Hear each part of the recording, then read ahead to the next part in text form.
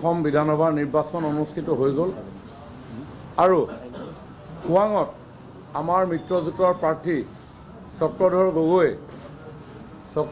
গগৈ ডাঙৰীয়াই 20ৰ পৰা 27,000 ভোটত জিকিব। এইটো আমাৰ যোৱা কালিৰ দিনটোৰ যি আমাৰ এছেছমেণ্ট সেইটো আপোনালোকক ক'লোঁ।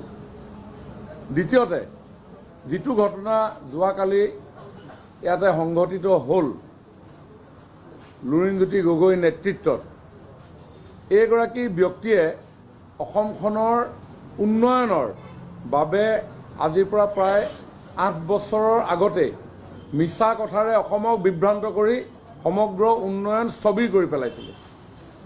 কা আন্দোলনৰ নামত আছুৰ জেনেৰেল ছেক্ৰেটাৰী হৈ থাকোঁতে সম্পূৰ্ণ বিভ্ৰান্তিকৰ এটা পৰিস্থিতিৰ সৃষ্টি কৰি গোটেই অসমখন অশান্তিময় এটা পৰিৱেশলৈ লৈ গুচি গৈছিল। আৰু যোৱাকালি যিটো ঘটনা সংঘটিত হ'ল এইটো ৰাষ্ট্ৰীয় প্ৰেক্ষাপটত বিষয়টো আলোচনা হৈছে।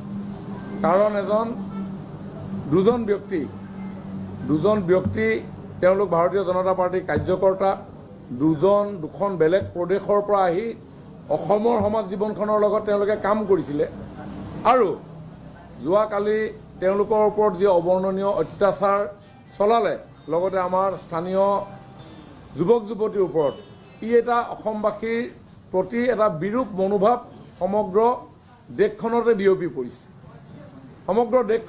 পৰিছে। তেওঁলোক হিন্দী ভাষা কোৱাৰ কাৰণে তেওঁলোকৰ ওপৰত অত্যাচাৰ চলিলে। যদি তেওঁলোক বংগভাষী মিয়া হ'লহেঁতেন, লুৰিণজ্যোতি গগৈ সমৰ্থকে তেওঁলোকক আক্ৰমণ নকৰিলেহেঁতেন। এওঁলোকে যি কাম কৰি আছে যোৱা ইলেকশ্যনত বা তাৰ আগৰ পৰাই অসমৰ খিলঞ্জীয়া জাতি জনগোষ্ঠীৰ সম্পূৰ্ণ পৰিপন্থী।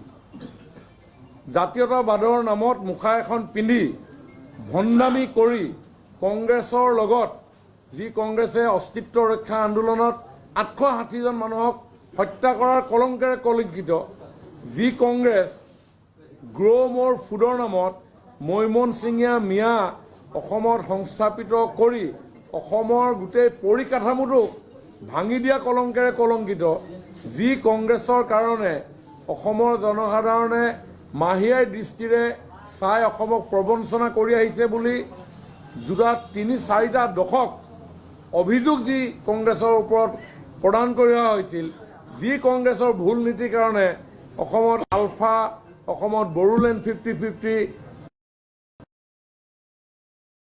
আৱৰা অন্ধকাৰচনা এটা পৰিৱেশ, ডিমা হাছাওত তেনেকুৱা এটা পৰিৱেশ নিৰ্মাণ কৰাৰ কলংকেৰে কলংকিত, সেইসকলৰ লগত লগ লাগি নিৰ্বাচনী বৈতৰণি পাৰ হোৱাৰ সপোন দেখা এই ভণ্ড জাতীয়তাবাদৰ নামত ভণ্ডামি কৰা লুৰিণজ্যোতি গগৈ যোৱা কালিৰ যিটো দুষ্কাৰ্য, এই দুষ্কাৰ্য কেতিয়াও গ্ৰহণযোগ্য নহয়। অসমৰ ৰাজনীতিৰ লগতে ভাৰতীয় ৰাজনীতিত অসমৰ যি গৰিমা, এই গৰিমা ম্লান পৰিছে। যিটো কাম তেওঁ আগতেও কৰিছে, জাপানৰ প্ৰধানমন্ত্ৰী অসমৰ ভ্ৰমণৰ আগসময়ত কা নামৰ এই আইনখনক বিভ্ৰান্তিকৰ অপপ্ৰচাৰেৰে জনসাধাৰণৰ মাজত যি ব্যাখ্যা আগবঢ়াই যি অপ্ৰীতিকৰ পৰিৱেশ সৃষ্টি কৰিলে, তাৰ ফলত সমগ্ৰ অসমৰ ভাৱমূৰ্তি বিশ্বজুৰি ম্লান হৈ পৰিলে। যিটো কাৰণে যোৱা 8টা বছৰ বহুত কষ্ট কৰিব লগা হ'ল ভাৰতীয় জনতা পাৰ্টী আমাৰ চৰকাৰে। হিমন্ত বিশ্ব শৰ্মা ডাঙৰীয়াই যোৱা 5টা বছৰ কেনেকৈ অসমত এটা শান্তিপূৰ্ণ পৰিৱেশৰ সৃষ্টি কৰিব পাৰি, যাৰ ফলত যাতে অসমখন উন্নয়নৰ দিশেৰে আগবাঢ়িব পাৰে, তাৰ কাৰণে বহুত কষ্ট স্বীকাৰ কৰিব লগা হ'ল। তাৰ ফলত আজি অলপমান ইনভেষ্টমেণ্ট আহিছিলে। আজি 5 লাখ কোটি টকা অসমত শান্তিপূৰ্ণ পৰিৱেশৰ কাৰণে গ্ল'বেল ইনভেষ্টৰসকলে ইনভেষ্ট কৰিব আহিছিল, নেশ্যনেল ইনভেষ্টৰসকলে ইনভেষ্ট কৰিব আহিছিল। আৰু তাৰ ফলত আজি প্ৰায় 2 লাখ কোটি টকা অসমত গ্ৰাউণ্ডেড হ'ল, ইণ্ডাষ্ট্ৰী আৰম্ভ হৈছে, য'ত হাজাৰ হাজাৰ কৰ্মসংস্থাপন সৃষ্টি হ'ব। তেনেকুৱা এটা ভাল পৰিৱেশ আকৌ এই লুৰিণজ্যোতি গগৈৰ দৰে ভণ্ড ৰাজনীতিবিদে আকৌ এনেকুৱা ধৰণৰ এটা শান্তিপূৰ্ণ পৰিৱেশৰ মাজত অনুষ্ঠিত হৈ থকা নিৰ্বাচনত তেওঁলোকে প্ৰভাৱ বিস্তাৰ কৰিব বিচাৰিছে। খোৱাঙৰ ৰাইজে তাৰ সমুচিত প্ৰত্যুত্তৰ ইতিমধ্যে দিছে। যোৱাকালি খোৱাঙৰ ৰাইজে তাৰ সমুচিত প্ৰত্যুত্তৰ দিছে। 20,000 পৰা 27,000 ভোটত খোৱাঙত আমাৰ মৃত্যুঞ্জয় প্ৰাৰ্থী চক্ৰ গগৈ বিজয় নিশ্চিত। কাৰণ যোৱা দিনবিলাকত যোৱাকালি বিভিন্ন ভোট কেন্দ্ৰৰ আমাৰ দলৰ কাৰ্যকৰ্তাসকলে যিসমূহ তথ্য প্ৰদান কৰিছে, আমাৰ ভোট কেন্দ্ৰসমূহত যেনেকুৱা ধৰণৰ উৎসাহ উদ্দীপনা হৈছে, এই উৎসাহ উদ্দীপনা দেখি তেওঁলোক ক'ব নোৱাৰা হৈ গ'ল আৰু আহি পিনি আমাৰ ডিজিটেল যিটো কাৰ্যালয় আছিলে, ডিজিটেল কাৰ্যালয়টো আহি মানুহক অত্যাচাৰ কৰি পিনি তেওঁলোকে আক্ৰমণ কৰিছে। এয়া কোনো এখন সভ্য সমাজৰ ইভিন উজনি অসমত এইবিলাক নাছিল। আজি যুৱক যুৱতীসকলে ভালকৈ ধুনীয়াকৈ শিক্ষা দীক্ষাৰে নিজৰ মেধা শক্তিৰে চৰকাৰ চাকৰি এটা পাবৰ কাৰণে যিটো সময়ত কম্পিটিটিভ এটিটিউড এটা লৈ আছে, যিটো সময়ত আজি অসমখন শান্তিপূৰ্ণ পৰিৱেশৰ কাৰণে ইনভেষ্টৰসকল আহিছে, আজি দুজন আমাৰ ৰাজ্য দেশৰ বেলেগ প্ৰদেশৰ দুজন মানুহক যি আক্ৰমণ কৰিলে, ইয়ে ডাঙৰ নিউজ গৈছে এগেইনষ্ট দ্য আছামিজ পিপুল। গতিকে অসমীয়া জনসাধাৰণৰ মৰ্যাদা স্বাভিমান আপোনাৰ এই ভুল লুণ্ঠিত কৰি কি জাতীয়তাবাদ কৰিব বিচাৰিছে তেওঁ, তাতে কংগ্ৰেছৰ লগত টাই আপ কৰি এয়া জাতীয়তাবাদ নেকি? এইটো ভণ্ডামীৰ বাহিৰেতো বেলেগ একো নহয়। জাতীয়তাবাদৰ নামত চূড়ান্ত ভণ্ডামী। গতিকে আমি তেওঁক ধিক্কাৰ দিছোঁ আৰু প্ৰশাসনক, যিহেতু MCC চলি আছে, গতিকে প্ৰশাসনক কঠোৰভাৱে এই যিসকল লোক ইতিমধ্যে ভিডিঅ' ফুটেজত যি অত্যাচাৰ কৰিলে তেওঁলোকক অনতি পলমে গ্ৰেপ্তাৰ কৰিবৰ কাৰণে আহ্বান জনাইছোঁ। ভাৰতীয় জনতা পাৰ্টীৰ চক্ৰ গগৈ ডাঙৰীয়াই কৈছে, খুব আমি শান্ত সমাহিত ভাৰতীয় সভ্যতা সংস্কৃতিৰ আধাৰত সেই দৰ্শনৰ ওপৰত আমি আমাৰ দলৰ কাৰ্যকৰ্তাসকলে সবকা সাথ সবকা বিকাশ, দৰিদ্ৰ নাৰায়ণৰ সেৱা, সৰ্বব্যাপী সৰ্বস্পৰ্শী অন্ত্যোদয়ৰ ধাৰণাৰে আমি খুব শান্ত সমাহিতভাৱে আমি কাম কৰোঁ। আমি কি কৰিব নোৱাৰিলোহেঁতেন নেকি? আমাৰ গাত কি অসমীয়া তেজ নাই নেকি? ইয়াত যেতিয়া বিভিন্ন ঠাইৰ ইয়াত কেম্প পাতি খোৱাং সমষ্টিত তেওঁলোক আছে, আমি তেওঁলোকক কি আক্ৰমণ কৰিব নোৱাৰিলোহেঁতেন নেকি? আমাৰ হাততো সিমান বল আছে, আমাৰ হাততো কেন্দ্ৰীয় চৰকাৰ আছে, আমাৰ হাততো ৰাজ্য চৰকাৰ আছে, আমি নিজেই মন্ত্ৰী, নিজেই বিধায়ক, দলৰ কাৰ্যকৰ্তাসকল আছে। আমি খিলঞ্জীয়া নহয় নেকি? আমি সেইটো আক্ৰমণ আমি কৰিব পাৰিলোহেঁতেন নাই? আমিতো কৰা নাই। গণতান্ত্ৰিক অধিকাৰ সকলোৱে কৰিব পাৰে। এজন প্ৰাৰ্থী উঠিছে, তেওঁলোকে তেওঁলোকৰ কথা কওক, আমি আমাৰ কথা ক'ম। সিমানলৈকে সীমাবদ্ধ হ'ব লাগিছিল। আমিতো জানো ক'ত আছিল, আমাৰ ওচৰত তথ্য আছিল, কিন্তু আমি কিয় নাই কৰা বা আমি কিয় কৰিম? কাৰণ সেই কামটো কৰাৰ লগে লগে খোৱাঙৰ ৰাইজৰ, সন্মানীয় ৰাইজৰ ভাৱমূৰ্তি জনমানসত ম্লান পৰিব। আৰু সেইকাৰণে আমি যেনেধৰণে হাত জোৰ কৰি কৰিব লাগে, ইলেকশ্যন যেনেকৈ আমি প্ৰচাৰ কৰিব লাগে, আমাৰ কাৰ্যকৰ্তাই তেনেকৈ কৰিছে। কিন্তু তেওঁলোকে কালি কি স্বৰূপ দেখালে, পৰহি দিনাখন কি কৰি দেখুৱালে? গতিকে এইটো শুভ লক্ষণ হোৱা নাই। কা আন্দোলনত কিমান ভাৰতীয় জনতা পাৰ্টীৰ কাৰ্যকৰ্তাক কাণত ধৰাই, আঁঠু কৰাই কি কৰালে এইবিলাক চব আমাৰ মনত আছে। কিন্তু আমিতো ৰিভেঞ্চ লোৱা নাই। যদি ৰিভেঞ্চ ল'ব লাগে, ৰিভেঞ্চ ল'বলৈ ৰেডি আছোঁ, কোনো প্ৰব্লেম নাই। কিন্তু আমি শান্ত সমাহিতভাৱে অসমখনৰ স্বাৰ্থত ভাৰতীয় জনতা পাৰ্টীয়ে কেনেকৈ ক্ৰাইম কণ্ট্ৰল হ'ব পাৰে, আইন শৃংখলা কেনেকৈ অৱনতি নহয়, 12খন শান্তি চুক্তি অসমত হৈছে, যাৰ ফলত আজি অসমত শান্তিৰ পৰিৱেশ সৃষ্টি হৈছে। য'ত বড়োলেণ্ড 50-50 হৈছিল, তাত আজি বড়ো যুৱক যুৱতীয়ে বাগৰুম্বা দহৌ নাচিছে।